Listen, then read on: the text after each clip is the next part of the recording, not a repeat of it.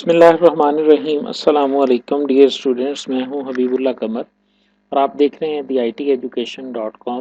CS504 software engineering के आज के लेक्चर के अंदर हम डिस्कस करेंगे लेक्चर नंबर 7 और लेक्चर 8 को। ठीक है जी।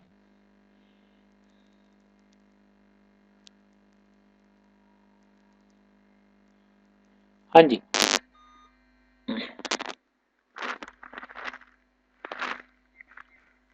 जी, ठीक है जी। तो कल हमने जो लास्ट लेक्चर में हमने बात की थी ना, हमने ये कहा था कि रिक्वायरमेंट्स को जब हम डॉक्यूमेंट कर लेते हैं ना अपनी फंक्शनल स्पेसिफिकेशन डॉक्यूमेंट के अंदर, तो जो रिक्वायरमेंट गैदरिंग जो ओवरऑल हमारे पास प्रोसेस है ना, यहाँ पे देखें, मैं आपको दिखाता हूँ। Requirement engineering process, requirement engineering process को अगर आप देखें तो इसके अंदर सबसे पहले हम रिक्वायरमेंट को, ये देखें, हम रिक्वायरमेंट को इलिसिट करते हैं और उसी के साथ उसका एनालिसिस करते हैं। इलिसिट करने से मुराद उसे इकट्ठा करना है और उसके बाद आप उसको वेरीफाई करेंगे, उसको वैलिडेट करेंगे, तो तब जाके आप अपनी रिक्वायरमेंट को डॉक्यूमेंट के अंदर डालेंगे। ठीक है, तो सिर्फ रिक्वायरमेंट्स को इकट्ठा ही नहीं करना बल्कि उनको स्पेसिफाई भी करना है और उसके बाद उनको वैलिडेट भी करना है, तब जाके वो आपके पास रिक्वायरमेंट्स जो हैं वो डॉक्यूमेंट का हिस्सा बनेंगी। तो रिक्वायरमेंट स्पेसिफिकेशन या रिक्वायरमेंट इवैल्यूएशन के लिए हमारे पास डिफरेंट मॉडल्स जो है ना वो मौजूद होते हैं, जिनके ज़रिए हम रिक्वायरमेंट्स को एनालाइज करते हैं। उनमें से an independent verification is needed to verify completeness and consistency of requirements captured through these model. जो आपने रिक्वायरमेंट्स कैप्चर की हैं उनके लिए अब आपको एनालिसिस आपने करना है। तो सबसे पहला जो तरीक़ाकार हमारे पास है उसका नाम है सोर्स एंड सिंक्स एनालिसिस। ये है, इसके अंदर हम क्या करते हैं जी, सोर्स हमारे पास क्या है, या stakeholder describes requirements to be included as a system functionality. Stakeholder वो बंदा होता है जो सिस्टम को यूज़ करता है, वो हमें बताता है कि जी मुझे सिस्टम के अंदर ये चीज़ चाहिए। अब these can be processes that generate certain information that the system may have to process or maintain। अब ये हमारे पास प्रोसेस भी हो सकते हैं। अच्छा जी, तो इसमें जो सबसे पहला एनालिसिस है ना रिक्वायरमेंट को एनालाइज करने का जो मॉडल है वो सोर्सेज एंड सिंक्स मॉडल है। इसमें हम देखते हैं कि हमारी जो रिक्वायरमेंट्स होती है उसका ओरिजिन क्या है, जहाँ से ये इनिशिएट हुई है, और ये ओरिजिन जो होता है बेसिकली हम बाज़ात उसे ट्रेस करने के लिए इस्तेमाल करते हैं ताकि हमें पता चले कि ये प्रोसेस कहाँ से स्टार्ट हुआ है। वो कोई पर्सन भी हो सकता है, वो कोई ऑर्गेनाइजेशन भी हो सकती है, या कोई एक्सटर्नल एंटिटी भी हो सकती है जो कि इनिशिएट कर सकती है किसी भी एक्शन को।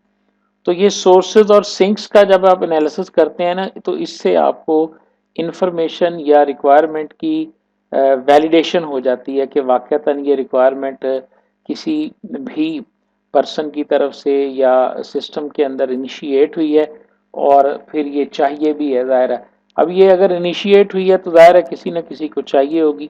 तो सिंक जो होता है ये वो कंज्यूमर होता है उस इंफॉर्मेशन का, कि इसकी जो इन्फॉर्मेशन है, जैसे कस्टमर है, कस्टमर इनिशिएट करता है एक सेल्स ट्रांजैक्शन को कि जी वो ऑर्डर प्लेस करता है। ठीक है, तो जब वो ऑर्डर प्लेस करता है तो अब आपका एक ऑर्डर प्लेस हुआ है, तो आप ऑर्डर प्लेस के दोनों तरफ देख सकते हैं कि ये ऑर्डर जो है ये कहाँ से प्लेस हुआ है जी, ये कस्टमर से हुआ है तो कस्टमर आपका सोर्स है, और ये ऑर्डर प्लेस होके कहाँ चला गया है, ये ऑर्डर डिपार्टमेंट में चला गया है। तो जहाँ पर ये इंफॉर्मेशन या ये गई है, यानी आप देखें सिंक क्या करता है, प्रोवाइड करता है एक logical end to a business process, यानी हमें एक सिमत मिल जाती है। Sinks of the requirement is concept that help in identifying person, organization and external system that gets functionality from the system। जिसको सिस्टम से फंक्शनैलिटी हासिल होती है उसका हमें जो है ना वो यहाँ से पता चल जाता है। तो ये दो चीज़ों की डेफिनेशन आपके पास होनी चाहिए। आपको अंदाज़ा होना चाहिए कि सोर्स एंड सिंक एनालिसिस क्या होता है। हम इसको रिक्वायरमेंट एनालिसिस के लिए इस्तेमाल करते हैं। सोर्स की डेफिनेशन क्या है, सिंक की डेफिनेशन क्या है, और किस तरह से हम इनके ज़रिए अपनी रिक्वायरमेंट्स को एनालाइज कर सकते हैं। होना चाहिए आपको इल्म कि सोर्सेज हमारे पास क्या करते हैं। जैसे सिंक जो है ना, ये रिक्वायरमेंट को कंज्यूम करता है और आमतौर पर ये आउटपुट के ज़ुमरे में आएगा जिसके पास रिपोर्ट जाती है, ठीक है ना। अगर हम सिंक की मिसाल लेंगे तो सिंक जो सोर्स होगा ये आमतौर पे इनपुट देगा, सोर्सेस कहलाएगा, जिसके अगेंस्ट जो है वो आउटपुट जो है वो सिंक को मिलेगी। तो आपको कोई सिनेरियो दे के उसमें पूछा भी जा सकता है कि इसमें सोर्सेस कौन कौन से हैं या सिंक इसके अंदर जो है ना वो क्या होता है। जी, तो दूसरा जो हमारा आज का टॉपिक है वो है बिजनेस मॉडल्स के हवाले से। बिजनेस प्रोसेस मॉडल्स हमारे पास क्या है। जिस तरह हमने कहा कि सोर्स एंड सिंक एनालिसिस भी एक मॉडल है, तो प्रोसेस मॉडल्स बेसिकली हमारे पास ऐसे मॉडल्स हैं जिनके ज़रिए हम रिक्वायरमेंट्स जो है ना उनको एक्सप्रेस करते हैं। ये देखें, ड्यूरिंग रिक्वायरमेंट एनालिसिस फेज जब हम रिक्वायरमेंट का एनालाइज कर रहे होते हैं तो हम किसी मॉडल के थ्रू अपनी रिक्वायरमेंट्स को या सिस्टम को जाहिर करते हैं, बनाते हैं उसे। अब आमतौर पे तो हम लोग ये समझते हैं ना कि सॉफ्टवेयर जो है ये कंप्यूटर में ही बनता है और कंप्यूटर में कोडिंग होती है, लेकिन असल में सॉफ्टवेयर की जो लाइफ साइकिल है, एसडीएलसी जो है ना, उसके अंदर कोडिंग सिर्फ एक फेज है।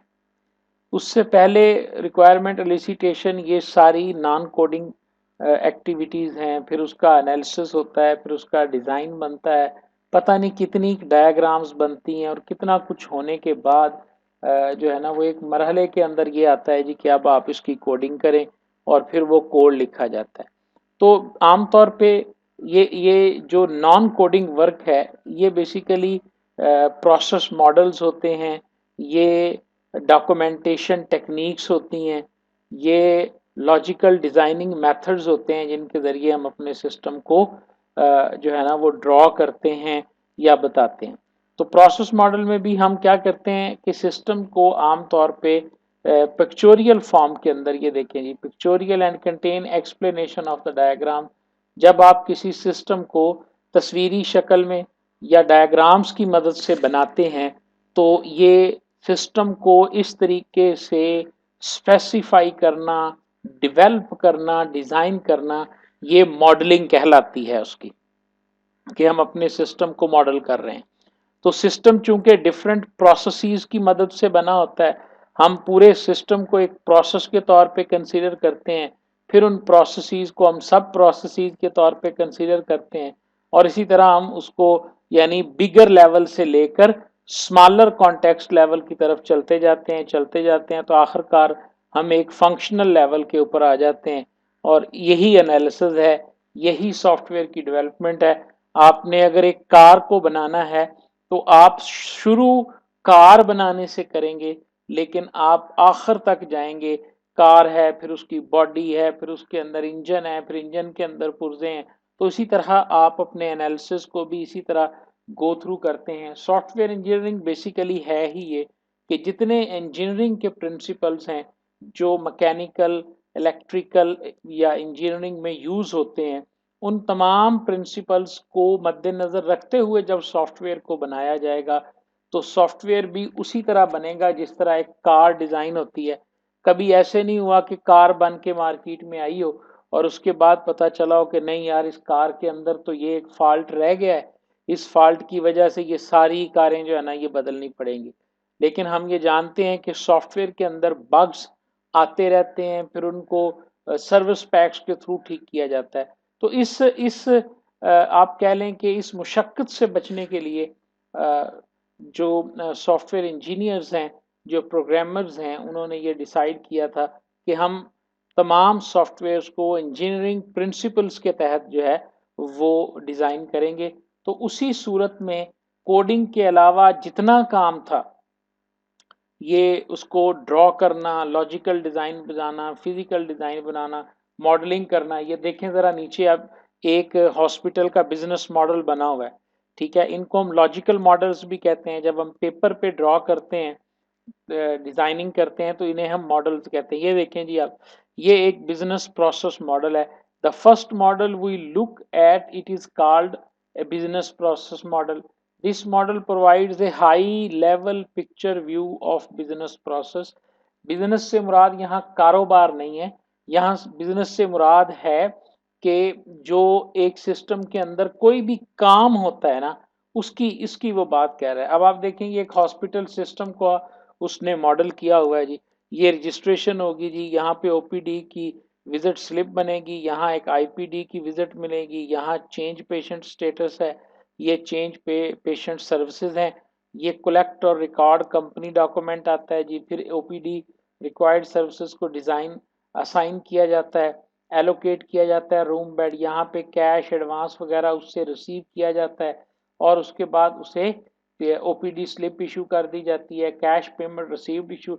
अगर हम गौर से देखें तो ये डिपार्टमेंट्स हैं, ये प्रोसेसिंग हो रही है और ये वो रिपोर्ट्स और आउटपुट्स जनरेट हो रही हैं जो आम कस्टमर तक जा रही हैं। तो ये बेसिकली हमने एक प्रोसेस शो कर दिया मॉडलिंग के जरिए। एक पिक्चोरियल वे के अंदर हमने एक हॉस्पिटल के अंदर ओपीडी किस तरह से परफॉर्म होता है उसको हमने बता दिया। Following is an example of hospital registration system which deals with two type of patients, यानी इसमें दो तरह के पेशेंट्स आते हैं, एक ओपीडी के पेशेंट्स आते हैं, उनको डील करने के लिए ये एक सिस्टम है।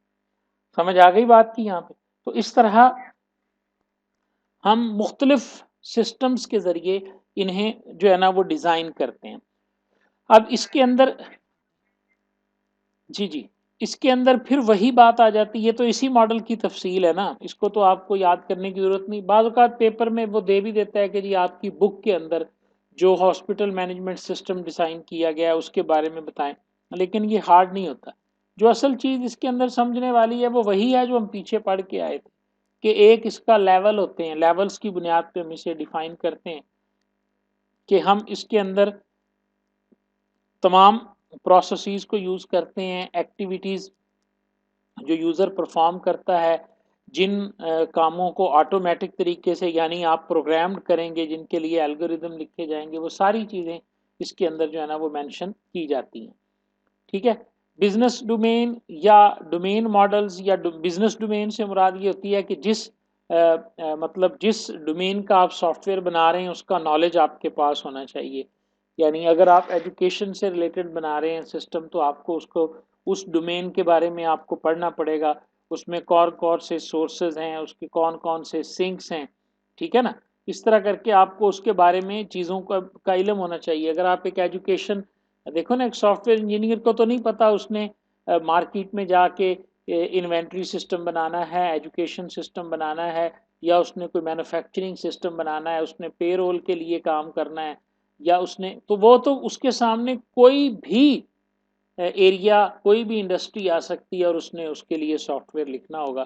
तो उस पर्टिकुलर एरिया की के बारे में उसे जानना जो है, ये उसका बिजनेस डोमेन या डोमेन नॉलेज कहलाता है। ठीक है, तो उस हवाले से आप वो भी इल्म आपको होना चाहिए। और उसके बाद आप लॉजिकल सिस्टम मॉडल्स की मदद से जो है वो अपने सिस्टम्स को पिक्चोरियल फॉर्म में इस तरह ड्रॉ करते हैं।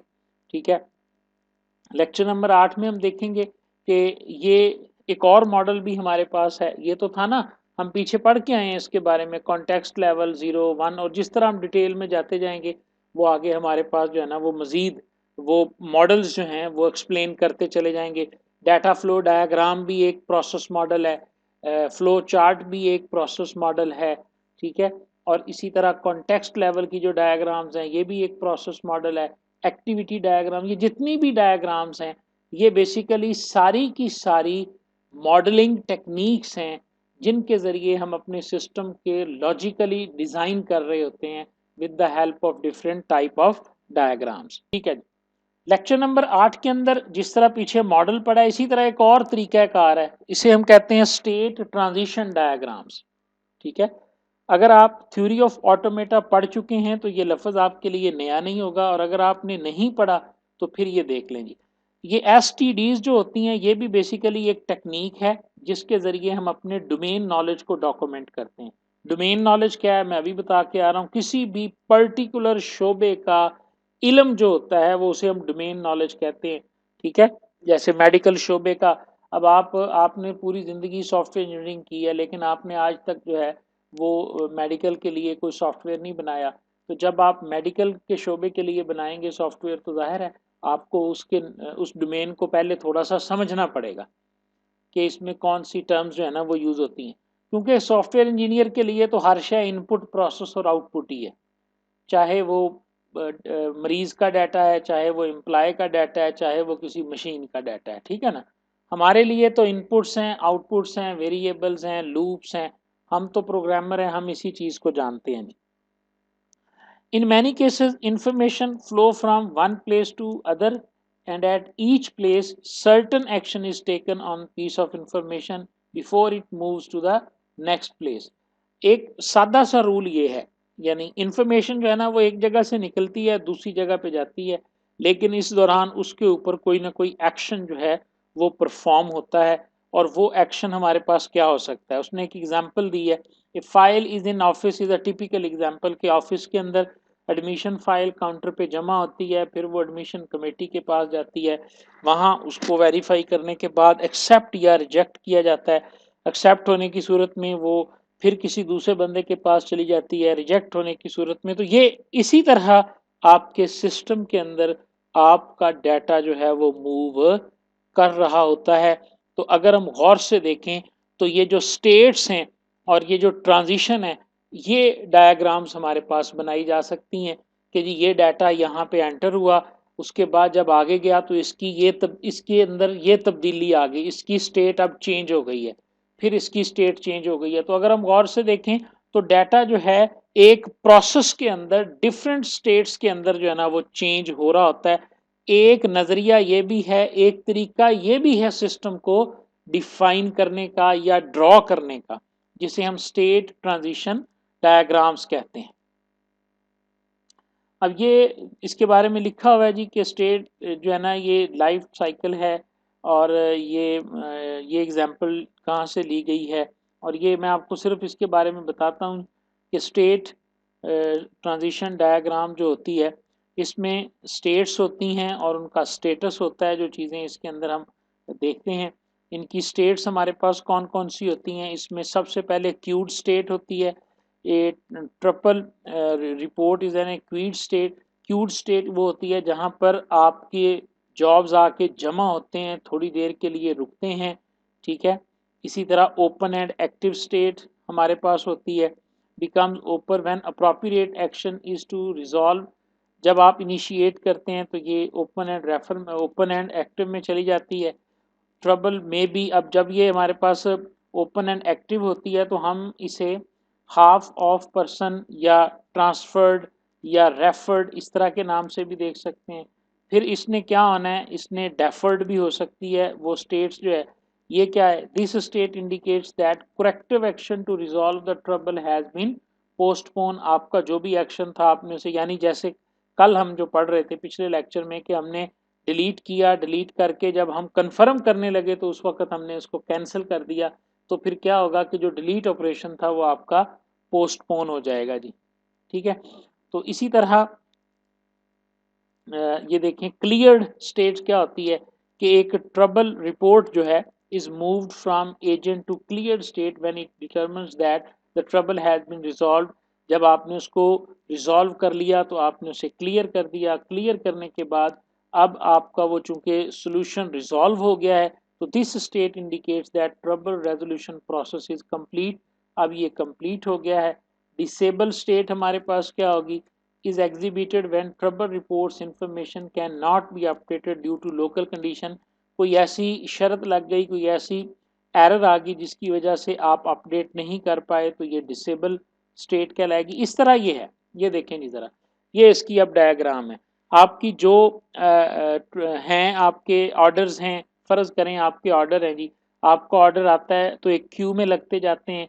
यहाँ से ये अप्रूव होने हैं, अप्रूव होने के बाद इनको ओपन कर दिया जाता है। ओपन होने के बाद अब ये क्या करते हैं, ये डेफर हो सकते हैं, ये क्लियर हो सकते हैं और उसके बाद क्लोज्ड हो सकते हैं। अब देखें यहाँ पे यह डेफर हुआ, वापस यहाँ पे आ जाएगा, क्लियर हुआ, क्लोज हुआ और ये क्लोज में चला गया, और क्लियर नहीं भी हुआ तो ये रीओपन में जा सकता है। तो ये इस तरह आपका कोई भी प्रोसेस, आपकी कोई भी फाइल, आपका कोई भी डाटा एलिमेंट, आपकी कोई भी एक्टिविटी जो है वो एक सिस्टम के अंदर इन्हीं 4-5 स्टेट्स के तौर पे घूम रही होती है। तो हम अपने सिस्टम को इन स्टेट्स की सूरत में भी बयान कर सकते हैं। असल में ये आपके लिए बिल्कुल नहीं भी हो सकती। मैंने बताया कि ऑपरेटिंग सिस्टम में भी ये यूज़ होती है। अब ऑपरेटिंग सिस्टम में कब यूज़ होती है? एक ऑपरेटिंग सिस्टम के पास जब हम एक से ज़्यादा प्रोसेस भेजते हैं ना, तो वो उनको कैसे हैंडल करता है, ठीक है? तो वो कुछ प्रोसेस उसके क्यू में पड़े होते हैं, कुछ प्रोसेस एक्टिवली चल रहे होते हैं, ठीक है, कुछ को उसने ख़त्म करता जाता है तो क्लोज करके वो बाहर भेजता जाता है, ठीक है, कुछ को उसने वेटिंग में रखा होता है, किसी के ऊपर वो काम कर रहा होता है। तो वो सारी डिफरेंट स्टेट्स होती हैं। तो आपका जो बिजनेस प्रोसेस है वो इन 5 स्टेट्स में से ही गुजरता है। जब अगर आप ये, यानी एक और तरीका हो गया ना आपके सिस्टम को शो करने का।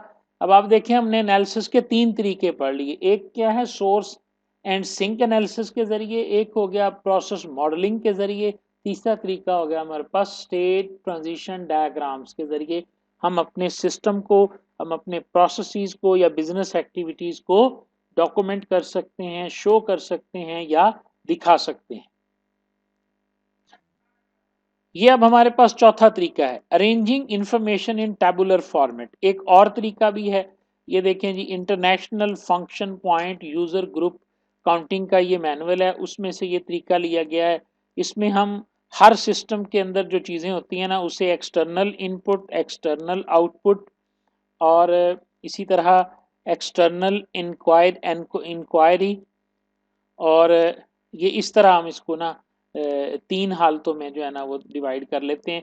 ये एक्सटर्नल इनपुट हो गया, ये एक्सटर्नल आउटपुट हो गया, ये एक्सटर्नल क्वेरी हो गया। जो भी आपके पास इंफॉर्मेशन आती है हम उसके लिए इसे करते हैं alter the behaviour of the system. System के बिहेवियर को चेंज करता है। मेंटेन वन और मोर ILF है जी, ठीक है। इसी तरह present information to the user, ये हमारे पास वो फंक्शंस हैं, और इन फंक्शंस को हम कैटेगराइज कर लेंगे इन 3 हिस्सों में, और इन 3 हिस्सों को फ्री मजीद जो है वो हम एलोकेट करेंगे। किस तरह भला? ये देखिए नीचे लिखा हुआ है, प्राइमरी इंटेंट हमारा है ये, या ये मे बी हो सकता है, और ये नॉट अलाउड है, यानी यहाँ से हमें इसकी प्रायोरिटी का पता चल गया। Alter the behaviour of system क्या है कि ये प्राइमरी इंटेंट है, ये लाजमी होगा एक्सटर्नल इनपुट, जब जैसे ही एक्सटर्नल इनपुट आएगी आपका सिस्टम लाजमी जो है ना वो अल्टर होगा। आउटपुट जो है वो चेंज हो भी सकती है और नहीं भी हो सकती, लेकिन जो आपके पास एक्सटर्नल इंक्वायरी है वो इसके लिए जो है ना वो अप्लाई नहीं होती। कब? जब सिस्टम को हम चेंज करते हैं। अब ये इनकी अलहदा से आपको डेफिनेशन का पता होना चाहिए। ये टेबल बाज़ औक़ात पेपर में आ जाता है, एक्सटर्नल इनपुट्स का, इनकी डेफिनेशन का आपको पता होना चाहिए। एन एक्सटर्नल इनपुट क्या होती है? ये टेबल मैंने पहले दिखाया है कि हम इस तरह से भी अरेंज कर सकते हैं। अब हम समझेंगे कि हमारे पास एक्सटर्नल इनपुट क्या होती है। External input is an elementary process that process data and control information that comes from outside the application boundary. जो एप्लीकेशन बाउंड्री से बाहर डाटा और इंफॉर्मेशन आएगी उसे हम एक्सटर्नल इनपुट कहेंगे। और इसी तरह एक्सटर्नल आउटपुट क्या है? वही एलिमेंट्री प्रोसेस जो डाटा और कंट्रोल इंफॉर्मेशन को सिस्टम बाउंड्री से बाहर फेंकेगा या बाहर देगा, वो हमारे पास जो है ना वो एक्सटर्नल आउटपुट कहलाएगी। Primary intent of external output क्या है? इसका जो प्राइमरी इंटेंट ये है कि ये present information to user through process logic and then in addition the retrieval of data and control information. ये इसका असल काम है कि जी ये प्राइमरी इंटेंट इसका ये है कि ये इंफॉर्मेशन यूज़र तक सेंड करती है और उसके अलावा डाटा और कंट्रोल इंफॉर्मेशन को ये रिट्रीव भी करती है। इसी तरह ये हमारे पास चौथा तरीका है कि हम अपनी जो सिस्टम है उसकी रिक्वायरमेंट्स को किस तरह से हम एनालाइज कर सकते हैं और किस तरह से हम उनको डॉक्यूमेंट कर सकते हैं। ठीक है जी। ये सिंपल केस स्टडीज हैं। इसके बाद अगला तरीका आ गया, देखें जी, डाटा फ्लो मॉडल्स आ गए। डाटा फ्लो मॉडल्स हमारे पास क्या करते हैं कि सिस्टम के डाटा के फ्लो को कैप्चर करते हैं। ये हमें हेल्प करते हैं अंडरस्टैंडिंग के दौरान सिस्टम की फंक्शनैलिटी किस तरह से मूव कर रही है, what are different sources of data, इसके डाटा के सोर्सेज कौन कौन से हैं, ट्रांसफॉर्मेशन कैसे हो रही है, किस तरह आउटपुट जनरेट हो रही है, ये डाटा ओरिजिनेट कहाँ से होता है, ट्रांसफॉर्म कहाँ पे होता है, कंज्यूम कौन करता है, ये भी हमें इससे पता चलता है। ये इंफॉर्मेशन को ऑर्गेनाइज भी करते हैं, डिस्ट्रीब्यूट भी करते हैं। डिसिमिनेट का मतलब डिस्ट्रीब्यूट करना होता है, ठीक है जी। तो ये चीज़ें हमें मिलती हैं डाटा फ्लो डायग्राम से। इसके अंदर प्रोसेस के लिए भी एक सिंबल होता है, ये यानी ये बॉक्स। अब डाटा फ्लो डायग्राम के बारे में क्लियरली जो चीज़ें आपको पता होनी चाहिए, नंबर वन, इसके सिंबल्स कौन कौन से हैं। एक्सटर्नल एजेंट का सिंबल देखें क्या है, ठीक है। उसके बाद डाटा स्टोर का सिंबल हमारे पास ये वाला होगा। डाटा फ्लो के लिए इसके अंदर एरोज यूज होते हैं, ठीक है। तो ये चार सिंबल्स ही टोटल इस्तेमाल होते हैं डाटा फ्लो डायग्राम के अंदर। प्रोसेस का है, एक्सटर्नल एजेंट का है, और इसी तरह इसके अंदर डाटा स्टोर का है और डाटा फ्लो का है। इन चार सिंबल्स के तहत ही आपने जो डायग्राम बनानी, अपनी तरफ से आप कोई सिंबल इसमें यूज नहीं कर सकते। समझ आ रही है बात की। ये हमारे पास पांचवी टेक्निक हो गई। अब हम फ्लो चार्ट को तो जानते हैं, क्योंकि फ्लो चार्ट हमने इंट्रोडक्शन टू आईटी के पहले कोर्स में पढ़ लेते हैं तकरीबन। जब भी जैसे ही आपको प्रोग्रामिंग पढ़ाई जाती है सीएस के कोर्सेज में, आईटी या सॉफ्टवेयर इंजीनियरिंग के पहले पहले सेमेस्टर के अंदर ही आपको फ्लो चार्ट का आइडिया हो जाता है कि फ्लो चार्ट हमारे पास क्या होता है। तो वो डिफरेंट है इसके अंदर, फ्लो चार्ट के अंदर और डीएफडी के अंदर। डीएफडी जो है इसका लेवल थोड़ा हायर है, ठीक है। ये प्रोसेसेस को और उनके दरमियान जो डाटा फ्लो करता है उसे बताता है, जबकि फ्लो चार्ट जो होता है ये सीक्वेंशियल स्टेप बताता है किसी एक प्रोसेस के। समझ आ रही है। कोई एक प्रोसेस होगा, ये देखें, processes on flow chart are sequential, show the sequence of steps as an algorithm of a single process. किसी एक प्रोसेस के बारे में कंप्लीटली, कहाँ से इनपुट आएगी, आउटपुट क्या होगी, प्रोसेसिंग में कौन सी लॉजिक इस्तेमाल होगी, इस लेवल तक जो है ये आपको फ्लो चार्ट लेके जाता है। और डाटा फ्लो डायग्राम सिर्फ आपको ये बता रहा होता है कि किस एक्सटर्नल एजेंट से कोई डाटा आएगा और वो किस प्रोसेस के तहत ट्रांसफॉर्म होगा और किस दूसरे एक्सटर्नल एजेंट के पास वो चला जाएगा। इस तरह की जो इंफॉर्मेशन होती है ये हम डाटा फ्लो डायग्राम की मदद से हासिल करते हैं। सिर्फ चार हैं जी, डाटा फ्लो डायग्राम में सिर्फ चार सिंबल ही हैं। फ्लो चार्ट के सिंबल और हैं, फ्लो चार्ट में वो डायमंड सिंबल भी होता है, इनपुट का होता है, आउटपुट का होता है, प्रोसेसिंग का होता है, स्टार्ट का होता है। फ्लो चार्ट के सिंबल ज्यादा हैं। अगर आप ये देखें, मैं आपको दिखाता हूं, यहाँ पे हम गूगल करते हैं, यहाँ पे हम लिखते हैं जी फ्लो चार्ट सिंबल्स, ये आ गया ना। और उसके बाद आप कोई भी इमेज इसका देख लें तो वो आपको बताएगा। ये देखें, ये सारे सिंबल जो हैं ये फ्लो चार्ट के हैं, ये नजर आ रहे हैं आपको। और हर सिंबल का कोई ना कोई मतलब है। लेकिन जब हम डीएफडी की बात करेंगे, डाटा फ्लो डायग्राम के सिंबल्स और रूल्स क्या हैं, तो अब आप देखें इसके अंदर आपको नजर आ रहा है कि इसके अंदर एक प्रोसेस है, एक डाटा स्टोर है, एक एक्सटर्नल आइडेंटिटी है और एक हमारे पास डाटा फ्लो है, ठीक है ना। तो ये फर्क भी इसमें जो ये जो लिखा हुआ है ये आपने खुद से पढ़ लेना है, data flow diagram versus flow charts. तो इसमें यही डिफरेंस है बेसिकली कि ये किस तरह से काम करता है। नीचे एक एग्जांपल दिखाई गई है, डाटा फ्लो मॉडल बनाया गया है बैंक अकाउंट मैनेजमेंट सिस्टम का, जिसके अंदर उन्होंने बना के दिखाया है। ये देखें जी, ये पूरा एक, लेकिन फ्लो चार्ट तो आपको इस तरह का नजर नहीं आता ना। अब इसके अंदर ये जो है ना, रिकनसाइल बैंक अकाउंट बैलेंस, ये एक प्रोसेस है। इस एक प्रोसेस का पूरे का अलहदा एक फ्लो चार्ट बनेगा, जिसके अंदर inputs, processing, outputs, conditions, loop, सारा कुछ क्लियरली वाजे होगा। ये फर्क है इसके अंदर कि उसमें मोर डिटेल होती, पे बिल का अलहदा बनेगा, डिपॉजिट फंड्स इनटू अकाउंट का अलहदा बनेगा। ये तो डाटा सोर्सेज है ना। हाँ जी, ये अब इसमें देखें, ये एम्प्लॉयर है, इसमें सोर्सेज भी हैं, सिंक्स भी हैं, ये सारी चीज़ें इसके अंदर जो है ना वो मौजूद हैं जी। ठीक है, ये उसने निकाल के भी दिखाएं, प्रोसेस कौन कौन से हैं, एक्सटर्नल एजेंट्स कौन कौन से हैं, डाटा स्टोर कौन सा है, और उसके बाद उसने इसको ब्रीफली जो है वो डिस्क्राइब किया है। फिर डाटा फ्लो मॉडलिंग के बारे में आपने कम्प्लीटली पढ़ना है, सिंपल रूल्स हैं इसके, और कुछ इसमें जो एरर्स हैं उसको भी इसने डिस्कस किया है कि टिपिकली हमारे पास डाटा फ्लो डायग्राम के अंदर कौन कौन सी एरर्स जो हैं वो आ जाती हैं, कौन कौन सी ऐसी गलतियां हैं जो हम करते हैं डाटा फ्लो डायग्राम के अंदर। ठीक है ना, वो भी थोड़ी सी आपके जहन में होनी चाहिए।